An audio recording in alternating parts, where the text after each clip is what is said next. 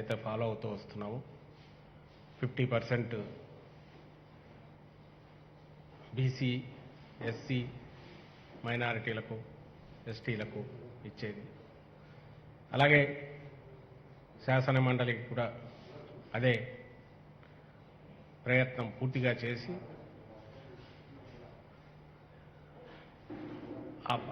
ఆ శాతం అది మెయింటైన్ అయ్యే రకంగానే ఆయన నిర్ణయం తీసుకున్నారు. అందుకోసమే కొంత ఎక్సర్సైజ్ చేశారు. సీనియర్ నాయకులతో అందరితో చర్చించారు. ఆ తర్వాత పేర్లు ఫైనలైజ్ చేశారు. ఇందులో దీని ప్రకారం మొత్తం ఈ 14 స్థానాలు ఒక బ్లాక్గా అనుకుంటే ఇందులో 7 స్థానాలు బీసీలు, మైనారిటీ, ఎస్సీలకు ఉండగా 7 స్థానాలు ఓసీలకు కేటాయించారు. ఆ రకంగా 14లో 50% 7 స్థానాలు బీసీలు, మైనారిటీలు, ఎస్సీలకు ఇచ్చినట్టయింది. మరో 7 స్థానాలు ఓసీలకు ఇచ్చినట్టయింది. ఈ ప్రయత్నం చేయడం వల్ల ఈ రిజర్వేషను సామాజిక న్యాయం స్వచ్ఛందంగా, ఇది ఎవరు కాన్స్టిట్యూషనల్ ఆబ్లిగేషన్ కాదు, ఇంకొకటి కాదు, ఒక రాజకీయ పార్టీగా బహుశా చరిత్రలో తొలిసారి ఇలాంటి ప్రయత్నం ముందు నుంచి చేస్తున్న జగన్మోహన్ రెడ్డి గారు, గౌరవ ముఖ్యమంత్రి గారు, మా పార్టీ జాతీయ అధ్యక్షులు అదే కొనసాగిస్తూ వచ్చారు. దీనివల్ల కొద్దిమంది సీనియర్ నాయకులు తర్వాత కొంత వెయిట్ చేయాల్సిన పరిస్థితి వస్తుంది. అందరూ అర్థం చేసుకుంటున్నారు. భవిష్యత్తులో వాళ్ళకు అవకాశం ఇచ్చే ప్రయత్నం జరుగుతుంది. ఎందుకంటే పార్టీ ఇంకా సుదీర్ఘ జర్నీ ఉంది, ప్రయాణం ఉంది. అవకాశాలు దండిగా వస్తుంటాయనే ఉద్దేశంతో వాళ్లకు చెప్తున్నారు ఇంకో పక్క.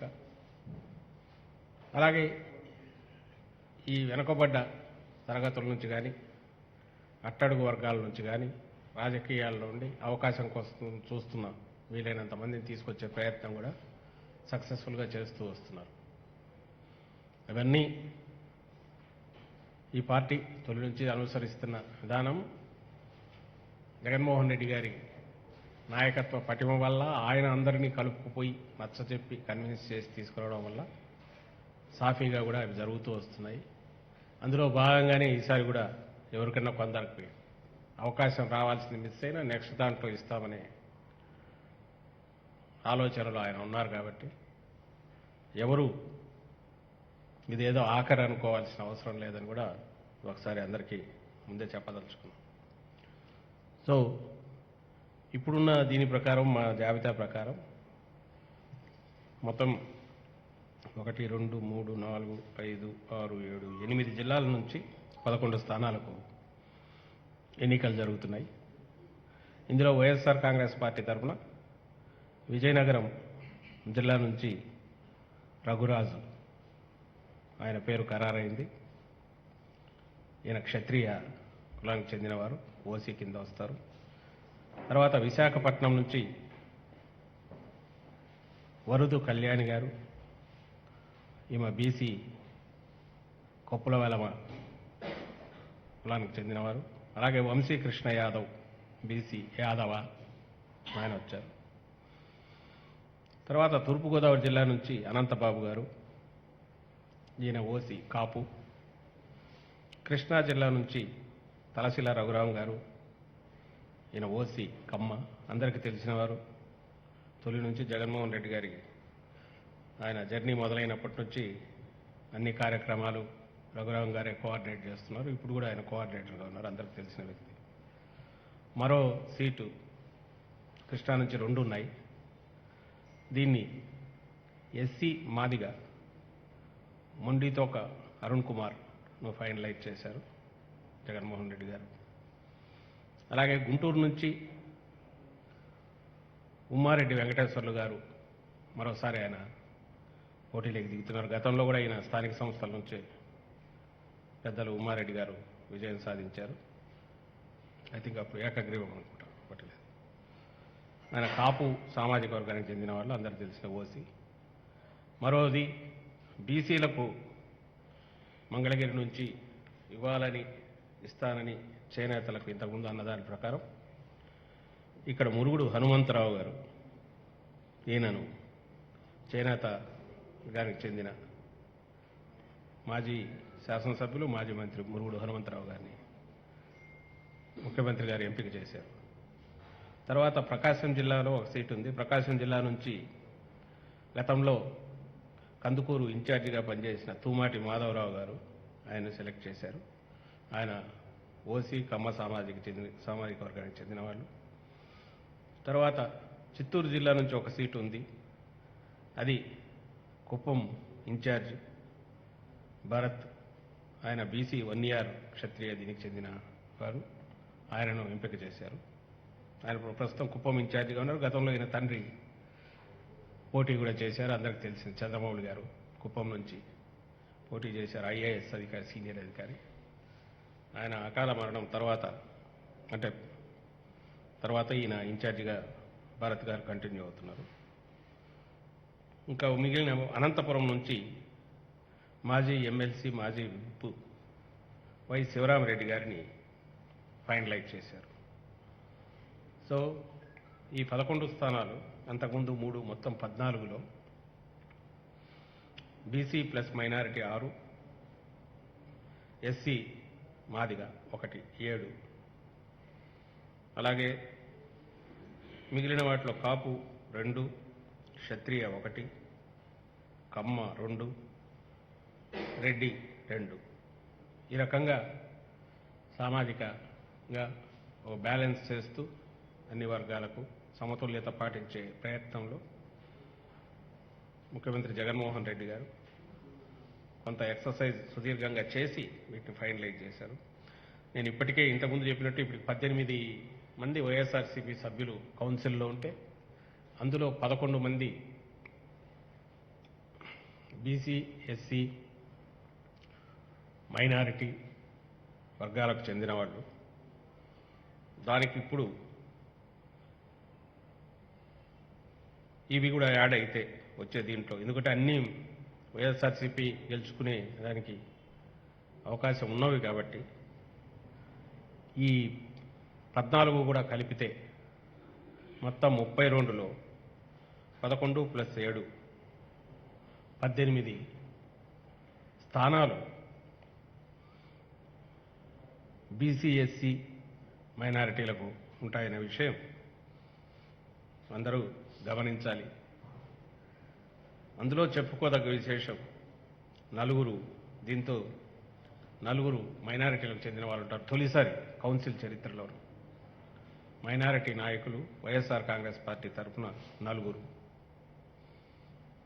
ఇవన్నీ ఇంకా వర్గ ప్రకారము, కులాల ప్రకారం చూస్తే కూడా పూర్తిగా సామాజిక న్యాయం పాటించుకుంటూ వచ్చే రికార్డు ఏదైతే కంటిన్యూ చేస్తున్నామో అది కొనసాగుతున్న విషయం అందరూ గమనించాలని కూడా విజ్ఞప్తి చేస్తున్నాం. ఇది వీళ్ళ నామినేషన్లు, ఇవన్నీ 16 నుంచి నామినేషన్లు మొదలవుతాయి కాబట్టి దాన్ని బట్టి వీళ్ళు ప్లాన్ చేస్తాం.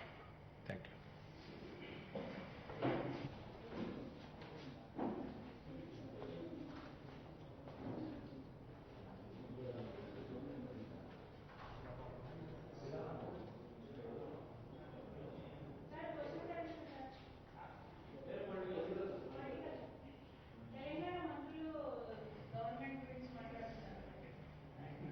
ఏదమ్మా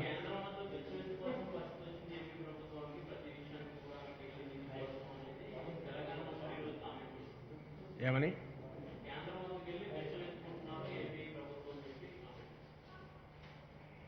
భిక్షవత్ కూడా ఏముందో నాకు అర్థం కాలేదు. ఆయన మొన్న వాళ్ళ ముఖ్యమంత్రి కేసీఆర్ గారే అన్నారు కదా, అది హక్కు మాది, మేము ఎవరి దగ్గర అందుకోవాల్సిన అవసరం లేదు, కేంద్రం నుంచి రావాల్సినవి ఎలా రావాలనో అవి రావాల్సిందే, వాటి కోసం ప్రయత్నం చేయడంలో భాగంగా సంయమనంతో పోతుంటాము, వాళ్ళ దగ్గర నుంచి వీలైనంత వరకు అన్ని మార్గాల్లో ఫ్రిక్షన్ లేకుండా ఎట్లా తెచ్చుకుందాం అనేది చూస్తుంటామని ఆయనే అన్నట్టున్నారు. తెలంగాణ ముఖ్యమంత్రి కేసీఆర్ గారే ఆ మాట అన్నారు. మరి ఆ మంత్రులు అది వినలేదేమో అర్థం కాలేదు. మొన్న కేసీఆర్ గారు ఒక స్టాండ్ తీసుకున్నారు కాబట్టి అట్లా మిగిలిన వాళ్ళు తీసుకున్న వాళ్ళంతా అడుక్కుంటున్నట్టు అనుకుంటే అది వాళ్ళ విచక్షణ కుదరాలి తప్ప, ఎవరైనా ఏ స్టేట్ అయినా అది తెలంగాణ అయినా ఆంధ్ర అయినా అది హక్కు రావాల్సిన హక్కు ఉందని రోజు పోయి చొక్కా పట్టుకొని ఎవరు నిలదీయరుగా. మనకు రావాల్సిన పద్ధతిలో తెచ్చుకుంటారు. అందులో ఏపీ తనకు ఏది కన్వీనియంట్గా ఉందో, ఏదైతే కరెక్ట్ మార్గం ఉంటుందో ఆ పద్ధతిలో పోతుంటుంది. తెలంగాణ వాళ్ళు ఏ పద్ధతిలో పోవాలంటారో వాళ్ళు పోతుంటారు. వాళ్ళు ఎట్లా పోవాలంటారో వాళ్ళు చూసుకోవాలి. కానీ ఏపీ ఎట్లా పోవాలనో ఎట్లా పోతుందో కూడా వాళ్ళకి ఎందుకు ఏం పని దాంతో ఏమైనా ఎక్కడేమైనా కామెంట్ చేశారా ఎవరైనా వాళ్ళ గురించి?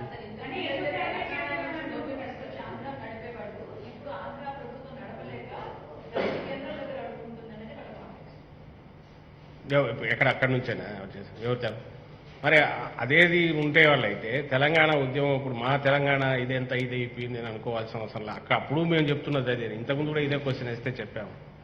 తెలంగాణ నుంచి విడిపోయేటప్పుడు మనం కలిసి ఉమ్మడి ఆంధ్రప్రదేశ్ ఏర్పాటయ్యాక మొత్తం సెంట్రలైజ్ అయ్యి తెలంగాణలో కూడా ఎక్కడా లేదు, హైదరాబాద్లో ఉంది. వాటెవర్ ఇట్ ఈజ్ ఎంటైర్ ఉమ్మడి రాష్ట్రం అన్ని రిసోర్సెస్ కానీ ఇంకోటి కానీ అన్ని సెంట్రలైజ్ అయిపోయి హైదరాబాద్లో ఉన్నందువల్ల ఈరోజు తెలంగాణకైనా మైనస్ హైదరాబాద్ ఎట్లయితే ఇది ఉంటుందో ఆ రోజు ఇక్కడి నుంచి పోయిన ఎనర్జీ రిసోర్సెస్ కానీ ఇంకన్నీ హైదరాబాద్లో కేంద్రీకృతం కావడం వల్ల దాని మీద డిపెండ్ అయి ఉన్నాము.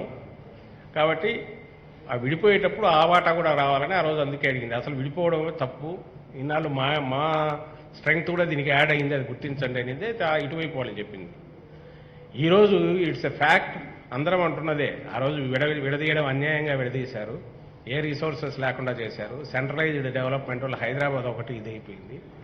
అందువల్ల అట్లా చేయొద్దు చంద్రబాబు ఇక్కడ ఈయనకు చెప్పాం, మీరు విడదీయడం ఇంత అన్యాయంగా తప్పు అని చెప్పి సెంటర్ వాళ్ళకు చెప్పాం. ఇటువైపు బ్యాలెన్స్ చేయకుండా దానికోసమే స్పెషల్ స్టేటస్ ఇస్తామని అది ఇవ్వమని అడిగాము. ఇందులో ఏమీ దాపరికం లేదు. మనం ఏమంటున్నామో వాళ్ళు అదే అంటున్నారు. కాబట్టి వాళ్ళు ఏదో ఇన్నాళ్ళు బిచ్చం వేస్తే ఎవడో తీసుకున్నట్టు, ఈరోజు వదిలేస్తే ఇంకో దగ్గరికి వెళ్ళి తెచ్చుకున్నట్టు ఇవన్నీ అనుకోవడం అంటే రాజకీయ అజ్ఞానము అపరిపక్వత అవుతుంది తప్ప whatever they are saying that is a fact. అది ఫ్యాక్ట్ కాబట్టే విడదీసేటప్పుడు బ్యాలెన్స్డ్ అప్రోచ్తో పోండి. ఇక్కడ నుంచి వచ్చిన స్ట్రెంగ్స్ అన్ని కూడా అటు పోయినాయి. ఆ రోజే డీసెంట్రలైజేషన్ అయితే ఈ పరిస్థితి వచ్చేది కాదు, జరగలేదని ఇవన్నీ ఆర్గ్యుమెంట్స్ వేసాయి. దట్ ఈస్ రీసెంట్ హిస్టరీ, మీకు తెలుసు, అందరికీ తెలుసు. నేను అనుకో అట్లా ఎవరో వాళ్ళు ఒకరిద్దరు మంత్రులు వాళ్ళు ఇర్రేషనల్గా వాళ్ళకు తోచింది ఏదైనా చేసి ఇవన్నీ ప్లేయింగ్ టు ది గ్యాలరీస్ అంటారు. అక్కడ ఏదో తప్పించుకోవడానికో ఇంకో దానికో టు స్కోర్ ఏ పాయింట్, లేదా ఆయన సీఎం గారి దగ్గర ఏమైనా మార్క్ కొట్టుకోవడానికో మేము బాగా అగ్రెసివ్గా చెప్పడానికి మాట్లాడుతున్నామని, కానీ ఆయన ఏం మాట్లాడలేదు సీఎం గారు. ఇటు నుంచి అయితే అటు దాని మీద కానీ ఇంకో దాని మీద కానీ అనవసరంగా ఎవరు మాట్లాడినందువల్ల ఇష్యూస్ డైవర్ట్ అవుతాయి, అసలు విషయం ఫోకస్ మిస్ అవుతుందని మేము ముందు నుంచి అదే పాటిస్తున్నాం. ఇప్పుడు కూడా ఇక్కడ అదే పాటిస్తున్నాం.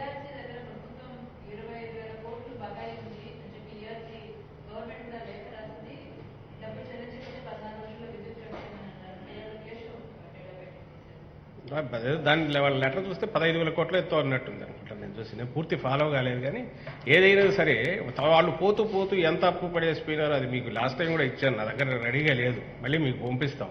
నేను లోతుకు పోలా, గతంలో కూడా మీకు ఇచ్చాం.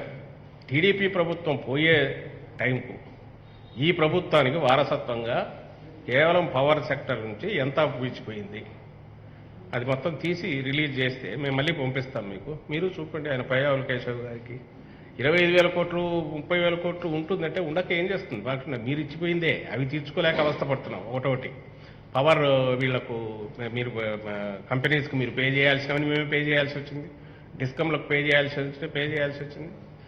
మనం వచ్చినాకనే వైఎస్ఆర్ కాంగ్రెస్ పార్టీ ప్రభుత్వం వచ్చిన తర్వాతనే అగ్రికల్చర్కి సంబంధించిన సబ్సిడీ క్లియర్ చేశారు. ఓటోటి అన్నీ చేసుకుంటూ వస్తున్నారు. మిగిలిన కూడా చూస్తున్నారు.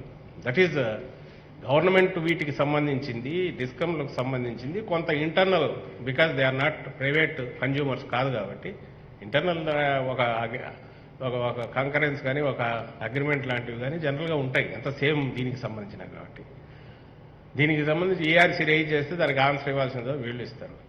మధ్యలో ఈ పయ్యావుల కేసు ఎవరైతే పోయి కలిసినారో ఆయన ఏ పార్టీకి చెందినాడు, ఆ పార్టీ 3 ఏళ్ల క్రితం వరకు ఉంది. ఆ రోజు వాళ్ళు బయటికి పోయేటప్పుడు ఎన్ని అప్పులు ఉన్నాయనేది ఆయన ఒక్క మాట అది కూడా చెప్పి అప్పుడు ఇది చెప్తే ఓ రిలేషన్ అర్థమవుతుంది. ఇక్కడ ఎంత ఎక్కువ చేశారు జగన్మోహన్ రెడ్డి గారు లేదా ఆయన ప్రభుత్వం, మా పార్టీ ప్రభుత్వం అనేది కూడా అది ప్రజలకు తెలుస్తుంది. నిజంగా వాళ్ళకేమన్నా సెన్స్ ఉంటే ఎస్ మనమే కదా మొన్నటి రూలింగ్లో ఉన్నదంటే ఇదో మా హయాంలో ఇంతే ఉన్నదబ్బా, వీళ్ళ హయాంలో ఇంత పెంచి అప్పు చేశారని చెప్పమనండి, చూపమనండి. మరి మేము మీకు ఇస్తాం, నా దగ్గర ఇప్పుడు లేవు రెడీ కానీ పంపిస్తాను నేను కూడా. ఆ రోజు ఉన్నదాన్ని ఎంత ఉండింది నాకు గుర్తుండి 60,000 కోట్లు మొత్తం బయట పే చేయాల్సినవి, వాటి మీద ఉన్న బరువు అంతా, అందులో ఇంక్లూడింగ్ సబ్సిడీలతో సహా అంతా పెట్టి ఒకటొకటి క్లియర్ చేసుకుంటూ వస్తున్నారు. అలాగే కాస్ట్ తగ్గించుకుంటూ వస్తున్నారు. పవర్ పర్చేజ్ పీపీఎల్కి సంబంధించి ఎక్కువ రేటును కట్ చేస్తూ వస్తున్నారు. ప్లాన్డ్గా పోతూ బర్డన్ తగ్గించుకోవడానికి చేసే ప్రయత్నం ఇక్కడ జరుగుతుంది. At the same time it is a known fact, ఖచ్చితంగా ఉన్నాయి. అప్పుడు నువ్వు వేసిపోయిన బరువు మామూలు బరువు, అవి ఇంకో పక్క తీర్చుకుంటూ వస్తున్నారు.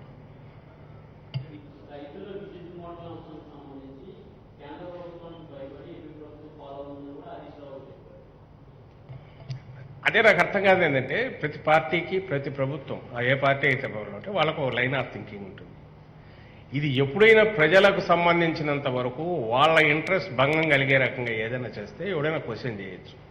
దట్టు ఇక్కడ ప్రెజెన్స్ లేని పార్టీ ఇంకొక స్టేట్ గురించి కామెంట్ చేయడం అనేది, అందులో అక్కడ అధికారంలో ఉన్న వాళ్ళకు సంబంధించినంత వరకు అది కరెక్ట్ పద్ధతి కాదు. ఏదంటే వాళ్ళకి చెప్పుకోవాలి, అక్కడ చూసుకోవాలి, కానీ ఇక్కడ దాని గురించి వాళ్ళు కామెంట్ చేయాల్సిన అవసరం లేదు. ఒకటి. సెకండ్ ఆస్పెక్ట్ ఇంకోటి దానికి సంబంధించినంత వరకు ఈ ఏదైతే ఈ మీటర్లకు సంబంధించి ఫస్ట్ నుంచి చెప్తున్నాం, ఇంతవరకు అకౌంట్ ఫార్ కావట్లేదు. వాటికి అకౌంట్ ఫార్ అయితే ఊరికి లాభము, ఇన్నాళ్ళు ఏ ఖాతాలో వచ్చినా మొత్తం తీసుకెళ్లి రైతులు పవర్ సబ్సిడీ ఇస్తున్నందువల్లే ఇంతగా అప్పుల భారం పెరుగుతుందని ఒక లెక్క తీస్తున్నారు. అలాంటిది ఇదిగో వీళ్ళది ఇంత అని లెక్క తీస్తుంది. థర్డ్, అన్నిటికంటే ముఖ్యమైన పాయింట్, నువ్వు మీటర్ పెట్టినా పెట్టకపోయినా సబ్సిడీ ఇచ్చేవారు ప్రభుత్వం. దాంట్లో ఏదైనా పెట్టాలంటే ఆ ప్రభుత్వం నిర్ణయించాల్సిందే, ముఖ్యమంత్రి జగన్మోహన్ రెడ్డి గారు నిర్ణయించాల్సిందే కదా. ఏ రకంగా వీళ్ళకి ఇబ్బంది, ఒకవేళ మీటర్ పెట్టకుండా సబ్సిడీ ఎత్తేస్తే కుదురుతుందా? అది పొలిటికల్ విధానానికి సంబంధించింది. ఆ పాలసీ పెట్టింది ఎవరు?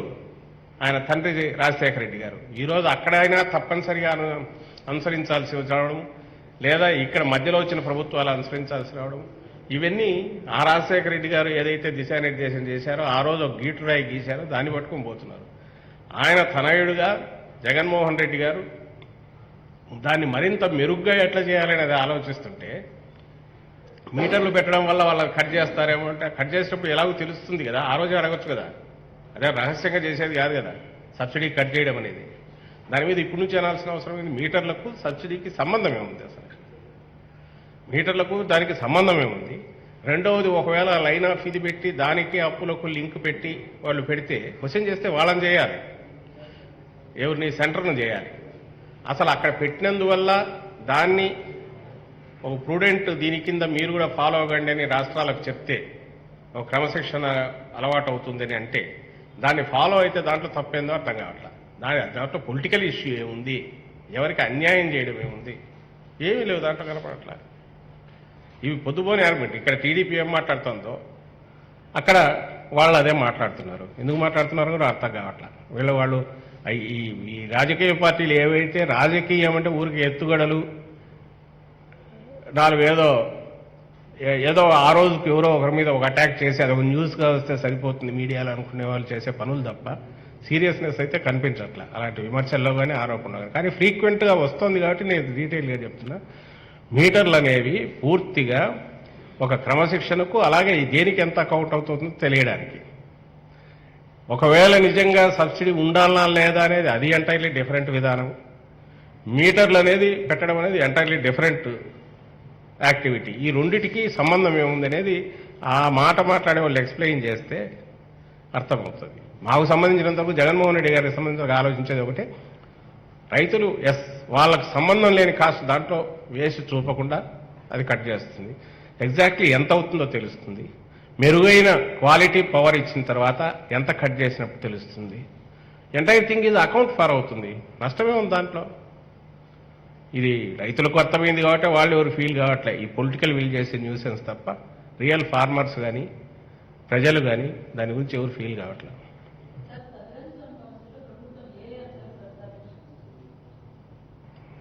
మోస్ట్లీ ఐ థింక్ అడ్మినిస్ట్రేటివ్ ఎక్కువ ఉంటాయి అనుకున్నాం రిలేటెడ్. నాకు తెలిసిన నేను కీన్గా ఫాలో కాలే కానీ, but at the same time ఈ ఇష్యూస్ వస్తాయనుకుంటారు. ఇది మన స్పెషల్ స్టేటస్ లాంటిది మనకు రావాల్సినవి. అలాగే మనకు ఇప్పటికీ రీఆర్గనైజేషన్ యాక్ట్ ప్రకారం తెలంగాణ నుంచి ఇంతవరకు రానివి ఇవన్నీ కూడా మెన్షన్ వస్తాయని నేను అనుకుంటున్నాను. డీటెయిల్గా అయితే నాకు ఐడియా లేదమ్మా. Thank you. దానికి సపోర్ట్ అయితే ఇవ్వాల్సింది, అక్కడి నుంచి ఇంకా రావాల్సినవి ఉన్నాయి. నేను పర్సనల్గా ఫీల్ అయితే 3 క్యాపిటల్స్ కాబట్టి ఇంకా సపోర్ట్ బాగా ఇవ్వాలనే కోరినా తప్పు లేదు. అక్కడి నుంచి వస్తే బాగుంటుందని అనుకుంటున్నాం. అంటే వచ్చేసేసి అయితే ఎగ్జాక్ట్లీ ఏముంటాయనేది I'm not a party into దాంట్లో వాట్లేదు. Mostly whatever interstate వీటికి సంబంధించినవి సెంటర్ నుంచి రావాల్సినవి ఎలాగో అక్కడ కలుస్తారు కాబట్టి హోంమంత్రి గారు కూడా ఉంటారు కాబట్టి వాటిని కూడా అన్ని రైజ్ చేస్తారని అనుకుంటున్నాను. ఖచ్చితంగా ఖచ్చితంగా వెళ్తాను.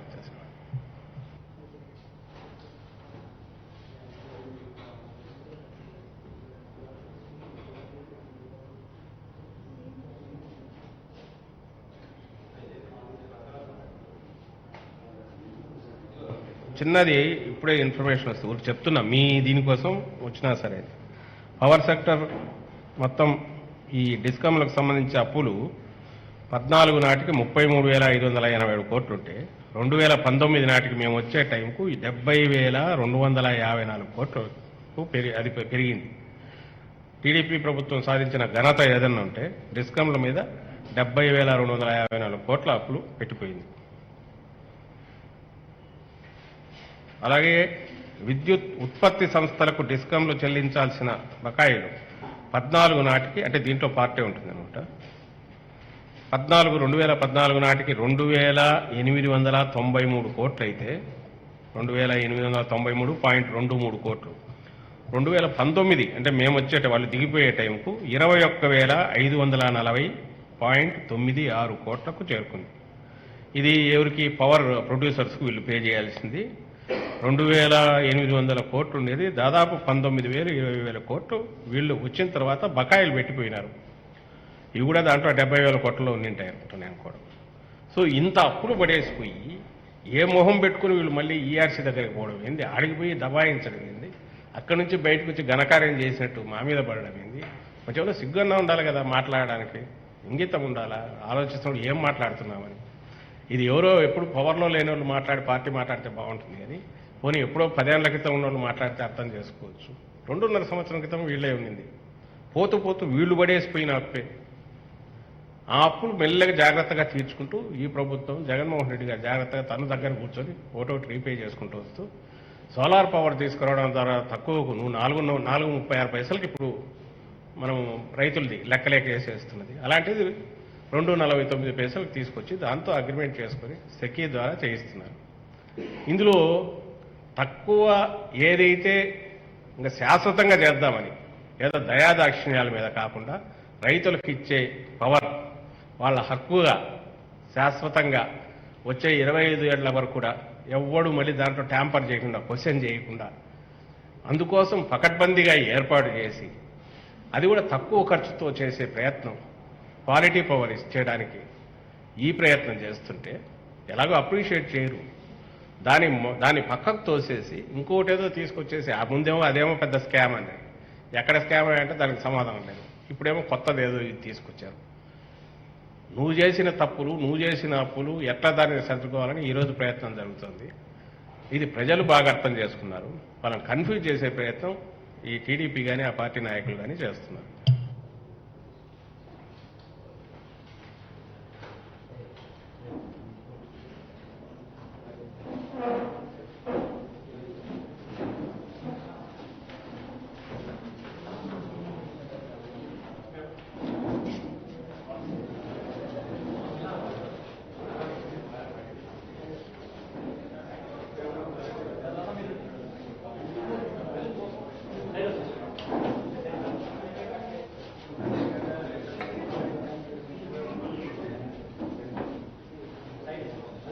Second,